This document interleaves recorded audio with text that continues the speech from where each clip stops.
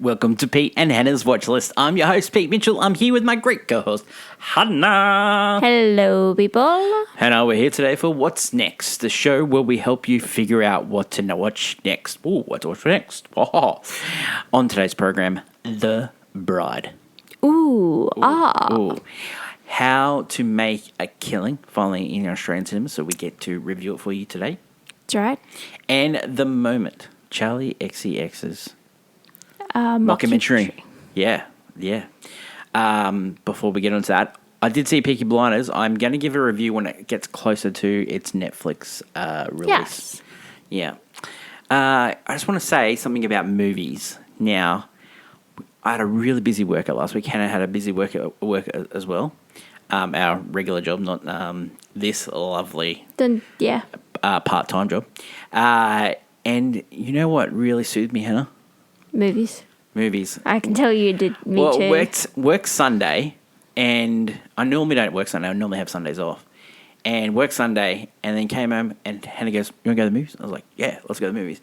And we end up seeing 3 movies in a row, which is just amazing. And just all my cares just went away. Just all flooded away. I know. It's such... Oh, God. I'm very lucky. I think we're very lucky that we have like a hobby that does relax us like that. And what better hobby than watching movies? 100%. You should have seen me. I was just curled out onto a recliner seat. Yeah. Just really enjoying myself watching a movie. Yep. Giggling to myself. I was like, this is great. Yeah, it was good. Well, let's get on to today's show and let's talk about those movies that we saw and others that we saw last week. Hannah, you had the pleasure of going to see the Bride premiere in Brisbane last week. So yes. That was good for you. Thank you to Universal. Yeah, that was awesome. I ended up seeing it as well. The elevator pitch, we follow the bride as she is reborn and creates havoc Bonnie and Clyde style with Frankenstein, a.k.a. Frankie. Reasons to see this. This movie is so well acted by Jessie Buckley and Christian Bale. Ooh. Maggie Gyllenhaal has a vision. A swing. Before we go into the negative, she definitely has a vision. Karen Murphy, who worked on A Star Is Born, she did a good job here. Costume designer Sandy Powell, who I believe she worked on Elvis. Wow, great costuming. Yeah. Yeah, I would even love to see... She worked on Cinderella and Carol. Oh, which is... And Young Valentine. I mean, great and phenomenal costuming in Cinderella. Young Victoria, yeah. But... Yeah. I wish she even got to stretch it further in this movie. Karen Murphy also worked on Elvis as well. And it just really visually stunning. Absolutely visually stunning. Jessie Buckley, we know she's going to get the Academy Award for Best Actress for Hamnet. It's locked in. But this performance, if anyone hasn't seen Hamnet and you see this performance, you go, wow. Now, this movie doesn't work on all levels, right? There's a lot thrown at the screen here. There's a lot of old movies thrown in. There's all these little gags in the whole movie. It's a movie lover's delight. The reasons not to see this movie, what doesn't work for me, Hannah, is the 2 nepotism hires here. One, Jake Gyllenhaal, which is Maggie's brother. When he's on the screen and dancing with Julianne Hough, really works. They have these fake movies that Frankenstein. Yep. That's how Frankenstein discovered love was through movies, movie musicals. Okay, Brad Pitt from Interview with the Vampire. You said 100%. Yeah. And I really love that idea, that kind of evolutionary change. Yeah. But Jake Gyllenhaal, you get to actually see him in as a real person in this movie, which doesn't work at all. I think what happens is that point of the movie, let's call it the New York point, that point in the movie onwards, the movie loses itself. Yeah. It has no idea. It has too many storyline avenues it could go, and has no idea what it wants to be. And it loses itself. And another thing that doesn't work is Peter Sarsgaard, who's married to Maggie Gyllenhaal. He plays a detective, and I don't know what. He normally is quite good. I thought he was great in the Batman. He's quite wishy-washy. Yeah, he's giving Green Lantern vibes in this one. Yeah. Okay. Yeah, and it really doesn't work. The detective thing works as them, trying to investigate and hunt down the monsters wreaking havoc, right? That aspect works. But because it's supposed to connect to the bride and her past, some of the more emotional beats are just lost in the film. Yeah. For no other reason. And another thing is that the film tries to explore different avenues of the bride breaking the restraints of what she's, what you expect. And then at the end, she kind of falls into the same patterns that we expect. So it makes no sense, which you're trying to break the mold, but then you're still following patterns. It was just a bit, didn't work. Yeah. It unfortunately falls apart at the end, definitely. I tell you what does work. The Annette Bening as the mad Scientist. Love it. Love it. She's great in this. Yeah, she and Frankie have kind of a relationship. It's very funny. The chemistry between Annette Bening and Frankie and the bride, which is aka Jessie Buckley, very good.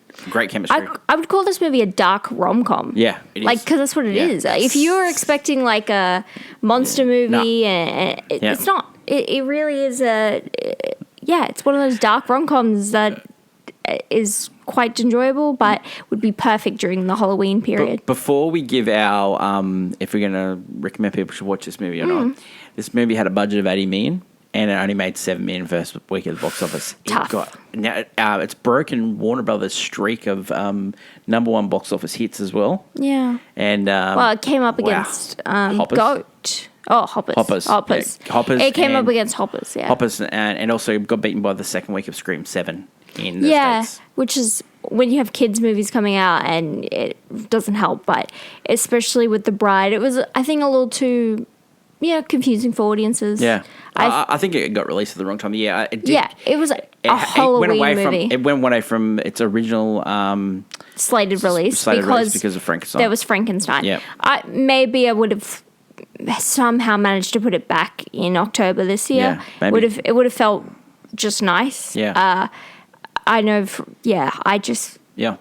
Because especially how it ends, you're like, oh, that's such a Halloween vibe. But yeah. Okay, would you recommend people to watch this movie? I actually would recommend people to watch this movie. I think this movie is 100% going to be a cult classic. This is like if you like Frankenstein but you love old cinema movies, you need to watch this. This is a lot of fun. It's a love letter to cinema. It's a love letter to cinema, Bonnie and Clyde. It's so movie. Yeah, I don't know how to explain it. Are you ever going to watch this movie again? I actually could watch this movie again. I'll watch this movie again. That's the thing. It's a good film. It just falls apart. Yeah. It's a bit of a mess. Needed a second opinion, a good editor, maybe a punchier script towards the end. Because again, I just feel like the second half, ridiculous. What rating are you going to give it? Now, before you give your rating, I know what I'm going to give it. I'm going to give it a golf clap because I really like this movie and I'm going to see it multiple times. I really like this movie. I could say safe to say it was a golf clap because I really like because it charmed me with the movie musical thing and Frankenstein. Yeah. I really love that. As a movie, old movie lover, to me, it's just it's quite charming. It just gave me that. I was hooked on that. Those Christian Bale fans and Jessie Buckley fans, there are many out there. Go see this movie. The Bride is in cinemas now. Check your local listings. The next movie we're going to review is How to Make a Killing. Now, this also hasn't been a well-received movie. It stars Glenn Powell and also Margaret Qualley, and is directed by the same director that gave us Emily the Criminal with the great Audrey Plaza. The elevator pitch. What if your mum was a part of a rich family, but she got disowned because she had you? And then she told you that, one day you're going to inherit all of it.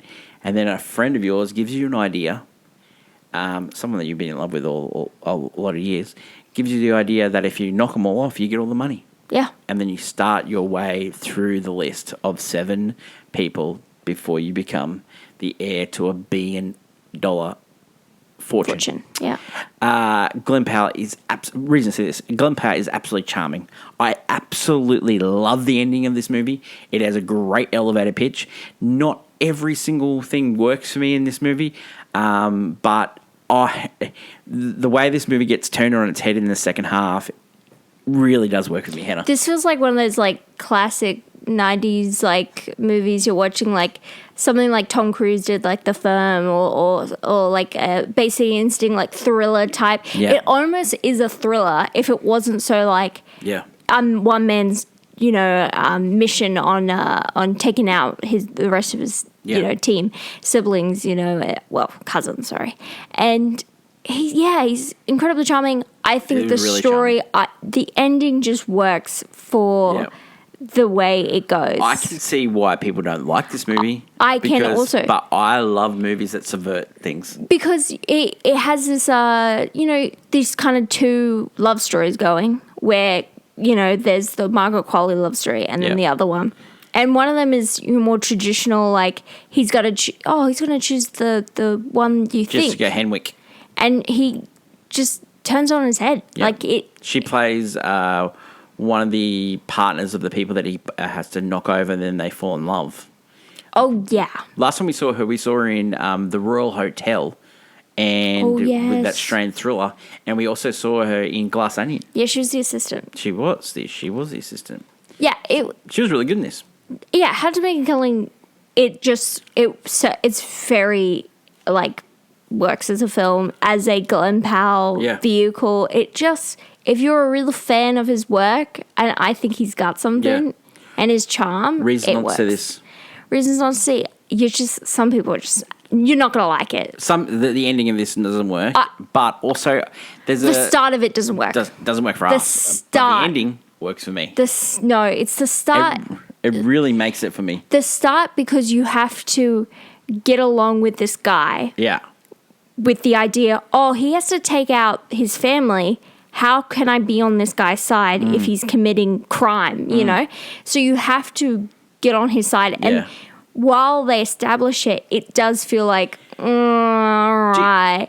I am charmed by how it goes along because of Glenn Powell. Yeah. But a lot of people aren't going to be wooed with, rooting for the guy, even though, like, the whole eat the rich kind of thing. But not a lot of people are going to be wooed by this movie. No, not charmed. There was a Michael J. Fox movie in 1994 called Greedy. Starred Kirk Douglas, also Nancy Travis, and this movie gives a lot of those vibes. Yeah. It's a really funny a really funny movie, actually, Greedy, and it's one of my favorite Michael J. Fox movies. That's what I was also thinking of Michael J. Fox when does these kind of movies. Yeah.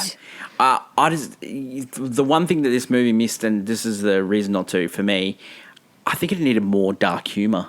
Just more dark humor. Because Glenn Powell is being charming, and so you're like, okay, I can just be charmed and laugh along because at the absurdity of it all. He brought the any but you vibes to this. There were some moments, You know what vibes he should have brought?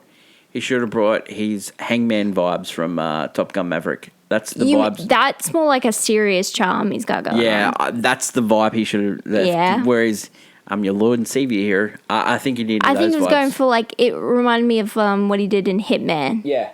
That one. Exactly. Yeah, if you really liked Hitman and wanted to see him but actually commit, terrible deeds. Heinous crimes. This one's for you. Yeah. This is a Glenn Powell vehicle, and if you love the guy and enjoy his acting and his humor, of course, please go see this movie. Okay. Would you recommend people to watch this movie? I would, but I know who wouldn't want to go see it. Buyer beware. Yeah. Are you going to watch this movie again? I could watch this movie. Yeah, I'll watch this movie again. Honestly, it's one of those. It's one of those trashy movies you put on, like, I think we should go watch this movie again this week. Just us supporting. Yeah, there was only two. There was just the two of us seeing it. I think that's one of the reasons why we had such a good time. Hannah, rating for this one. I played my phone. I'm going to give it a golf clap because I really enjoyed it. I really enjoyed it. It's very much it's a man vehicle. Yeah. There's nothing else going for it otherwise. That's true. You know. But Hannah, I know it was International Women's Day yesterday, but I'm mad. That's why the bride gets the 3. How to Make a Killing is in select cinemas now in Australia. Check your local listings. I don't think it's doing very well anywhere. So Yeah, but support the Glen. We like him. he's choosing. He's failures in a swinging. row. Come on. He's swinging, like trying to do different things. Come on. I will say Running Man wasn't good. He is a poor man's Tom Cruise. Yeah. He's trying. He's trying. The next movie we're going to talk about is The Moment, which has had a wide release around the world and it came to Australian cinemas. It's in select cinemas now. And we follow Charli XCX as the elevator pitch, gets ready for a concert movie. And she brings on a director that has some zany ideas, and a lot of things are going on in Charli XCX's life. It's coming to the end of the Brat Summer. Yeah. Reasons to see this. Alexander Skarsgård is so funny. He's so funny in this movie. Charli XCX is a great actress as well. I think she works She's being the naive. very, very good. She has a career. She's playing the idea of what people see in her, which is great. She's so good in even this. though she could be just playing herself. You never know. There's a bit in this movie that. with a famous reality TV star, and it is so funny. It is. I think it's the best bit of the movie. I really do. It's the most movie scene in the movie because this film, it plays out like you would play a normal. If you've watched. No, if you watch any tour documentary, it plays out the exact same. 20 days out before the tour or before the tour starts, and they do all these things. Right? It plays just like one of those, but every character is like a bit absurd, a characterized version because they're mostly you have actors and some notable people, and you're like, oh, and they're playing Rachel Sennett's in this. Yeah, they're playing absurd. Roseanne Wild Arquette. moments. They use clips from actual interviews, people actual TikTok Vogue, and YouTube stars that used to, that do all reporting on music and stuff, and it had all those moments. It just wish it could have leaned into humor, like Alexander Skarsgård comes in and he provides humor because he's just so funny in his absurdity, right? Everyone else is not leaning into the humor. Well, you got Jamie Demetriou as Tim. That didn't work. Truman Mullen as he didn't Anna. lean into it. Just didn't like it. It's really cringe humor. If you like This Is Spinal Tap, it's it's a less funny version of that movie. It's also like a. This is like the end of putting something to bed for Charli. The whole idea is Brat Summer became this, a huge worldwide thing, a movement basically. And this is her being like, you know what? Let's just put it to bed in the most absurd way possible. Yeah. Those just people to that put don't, a nail in the coffin. Those people that don't like cringe humor, this one's not for you. No. It's definitely not for you. It's filled with it. But I had some really good moments that it just didn't have enough good moments for me. Yeah, because they try to do emotional beats. Yeah. They don't work. And it just felt funny, but I don't even know if because I'm not a Charli XCX fan. But I don't know if some not either. But after this, I think I might become one. I've always liked. I saw it at the Reputation tour. Yeah, I know. There's a lot of drama there. Yeah. But continue. Yeah. I mean, a lot of fallout happened since then. But I've always Charli XCX is a really fun, personality. I just was I don't know if because if you're a diehard, sometimes you do want to watch the generic, it's 20 days. Sometimes you just want to watch that. Yeah. But this is a really fun way of saying goodbye to an era. It's real. It is. It's a swing in a direction I like an artist taking because every artist is doing the same thing. We got a trailer for Billie Eilish and James Cameron directing her concert movie. Yeah. And it was, it's the exact concert movie I've seen a million times. You're 100%. Oh wow, it's in 3D, directed by James Cameron. It's not going to change anything. It's a concert movie. Yeah. Would you recommend people to watch this movie? A lot more fun. I definitely would. If you're a fan of Charli XCX and you're a fan of some artists trying to take a swing in a different direction, I I would like that. I can't personally- recommend this one. It's just not funny enough. Are you going to watch this movie again? No. Rating for this one. It's pretty harsh. I think it's uploaded on my phone. Yeah, I played it on my phone. Yeah. I think it's uploaded on my phone. Yeah, I almost was like gonna give it. If it was more Charli XCX and Alexander Skarsgård, I would have signed up for a banger. More like I would have preferred more of like the other rest of the cast being more that, human. yeah. Like her makeup artist was funny. Like she was talking about how she was sick, and then she's doing Charli XCX's face, and Played she's by like Kate Burley. and she's like trying like you're not gonna make like and like them trying to stitch her into a dress to do what's in my bag. Like that stuff was like, oh, that's funny because like that's something that they do, and this is like seeing that in a different perspective, a different eye is really. Yeah. I really love the concept, and I think it's really great. Yeah. It just, didn't work as well as you would hope, 100%. Just didn't work as well. That's 3 movies, and we had a great time. We had a great time. Yeah. Despite the fact that these movies aren't like as successful as they, they're If doing this is what we're going to something. have for the rest of the year, I'm there for it. I'm loving it. All these movies are taking a swing. Yeah. And trying something different. Not all of it works, but some of it does. Some of it does, and it will find its audience eventually. It will. Each one of these films will be have cult classics. Will have its audience. 100%. Everyone, like How to Make a Killing, if that goes on Netflix, like bam, poof, number one. Jeez. That's it for today's show. Yeah. Tomorrow on the channel, AFI Redux Manchurian Candidate. Ooh, okay. Frank Sinatra, Angela Lansbury. Frankie. Frankie. It's a apt time to watch a movie like that when all this stuff's going on in the world. Wow. Oh, wow. That is my lovely co-host, Hannah. Don't forget to like, follow, and subscribe. Leave a comment down below. Let us know your thoughts about this episode, and any of those thoughts it makes us improve the show. Yeah. Thank you. Long live cinema, and until we meet again, it's bye for now. Bye.